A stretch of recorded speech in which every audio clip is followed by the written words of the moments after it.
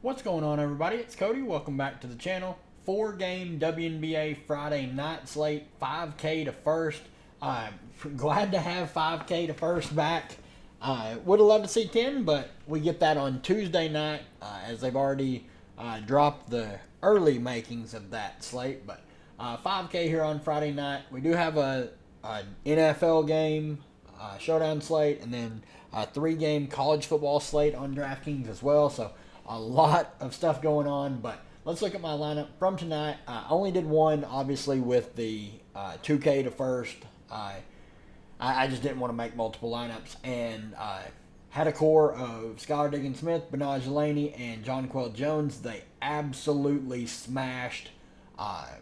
Three of the best plays in that game. I was a little low on Sabrina Ionescu. She had a good game, so did miss that, but Stewie at 80%. She had a really, really rough first half, but got there in the second half to at least save some value at her price, and then played Natasha Cloud and Sika Kone here in this late game. So I should easily cash. We'll see where I end up at, but it's a popular build. I didn't want to make any pivots, but it is by far the nut chalk. But it is what it is. I didn't want to go in another direction, so I stuck with this one. But let's look at the odds for these games, and then we will get into it team by team. Of course, the Aces and Sun game is not up here because it is never available on the DraftKings Sportsbook for the Sun game. Aces are 1.5 point favorites, over under 164.5.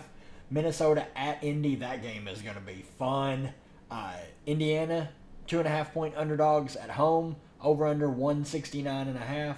Dallas at Atlanta, that's a huge game for postseason implications. Dallas are 2 point underdogs on the road, 166.5. And then we have LA at Chicago. LA's 6 point underdogs on the road, over under 163.5. A really, really good slate. I can't complain about this one whatsoever. Obviously, this last game's not the best, but apart from that, this slate is banging. All right, let's start. Let's just jump right in. On the Dallas side, interest really only in these top four. Arike, 11.2K. Obviously, did not have the best shooting game last time out.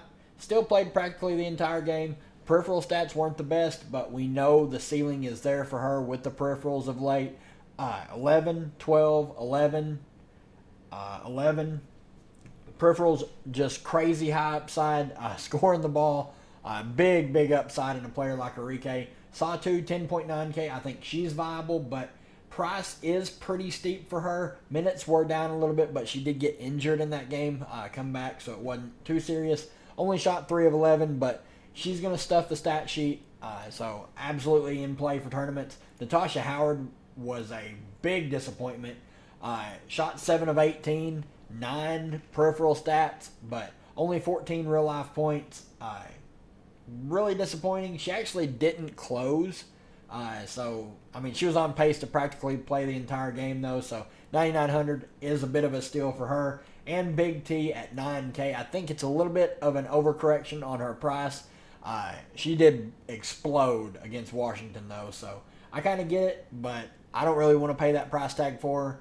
But she makes for a fine tournament play. Everyone else I'm pretty much out on. Sheldon, 5,300, 37 minutes down to 21.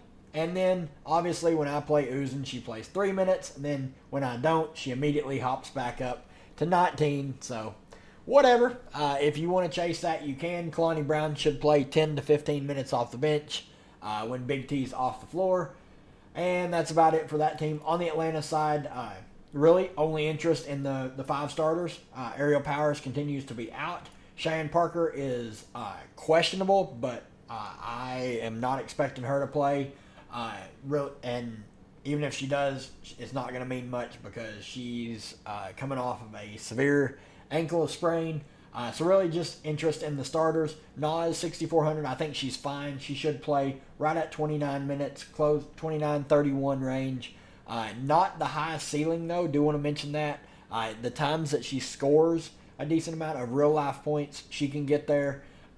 Jordan Canada, 8,200, perfectly fine play, going to play right around 30 minutes. It's going to get you the peripheral stats. Alicia Gray, 8,800, I think she makes for a solid play. She should play low to mid 30s minutes with the potential to play even more if the game's competitive. They're facing the Fantasy Carnival, so didn't want to go this whole game without mentioning that. So Ryan Howard, 10K. Obviously, the ceiling is massive on a player like her. Pretty low floor, though, if the shot's not falling, but she is just shooting. 24 shot attempts this last game. They're trying to win. They're trying to make the postseason, so they have to win every game that they can coming up, and they've got some tough ones. So Tina Charles, 10.5K, obviously like the best play on this team. She's just been super, super consistent of late, getting tons of rebounds, scoring at will. Her usage is built in, playing a ton of minutes. So absolutely love Tina Charles here. Everyone else, I'm pretty much out on the bench. Moving on, aces at the Sun. On the aces side, there is a quote floating around that Becky was trying to get quote unquote steal some rest for the big three. Like Jackie Young was out a few games ago, then Kelsey Plum last game. She did mention that Asia Wilson is on that list. Personally, I don't see how you can sit Asia Wilson. Like, I understand you want your players rested for the postseason, but if they sit Asia Wilson, they're probably just going to lose. Like, I don't think this team's above 500 if Asia Wilson's not playing. So that just shows how valuable she is to this team. And back to Asia Wilson at 13K. I think she should be the first player in your lineup, and you just build off that. There's not a lot of good value, but she is still the best point per dollar play on the slate, and it's probably not even really that close. Jackie Young, 9,700, always in play for tournaments, has a big ceiling, but has had a lower floor of late. Kelsey Plum, I can't go there. Her ceiling's just not been what it normally has been over the past couple seasons this year. Chelsea Gray, 8K. It's fine. Matchup isn't the best. Tiffany Hayes, 7,500, would only be in play if Plum or Young were to miss. Alicia Clark should get the start here with Connecticut being a smaller team. She's fine at 6,100 if she starts. If Megan Gustafson was to get the start again, would really like her at 4,300. Everyone else pretty much out on, unless we were to get the massive news like Asia was sitting for some reason. On the Connecticut side, they're just spreading everything out. Like, Burton's playing decent minutes off the bench. Olivia Nelson-Nadota is going to play 8 to 10 minutes off the bench. Harris is going to play 20 to 25 minutes. Mabry's going to play mid to high 20s minutes.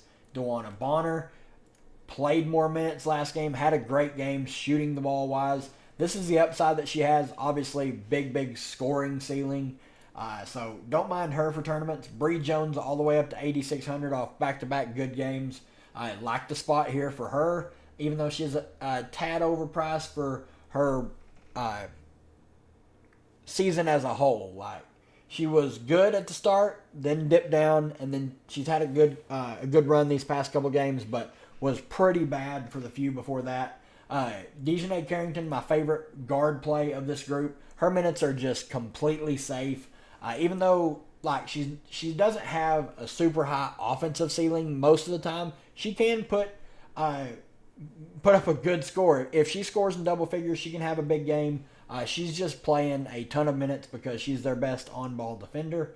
And then AT at the top, 10.3K, is a bit of a discount, but she has been not great of late. So if you think she comes back to life, that price is a bit too low in my opinion, but she's not played very well of late, and she's going to have to guard Asia Wilson, so best of luck to you with that.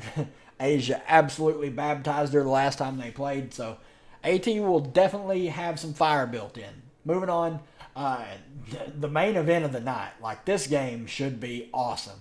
Minnesota is the only team to beat Indiana the second half of the season, I believe.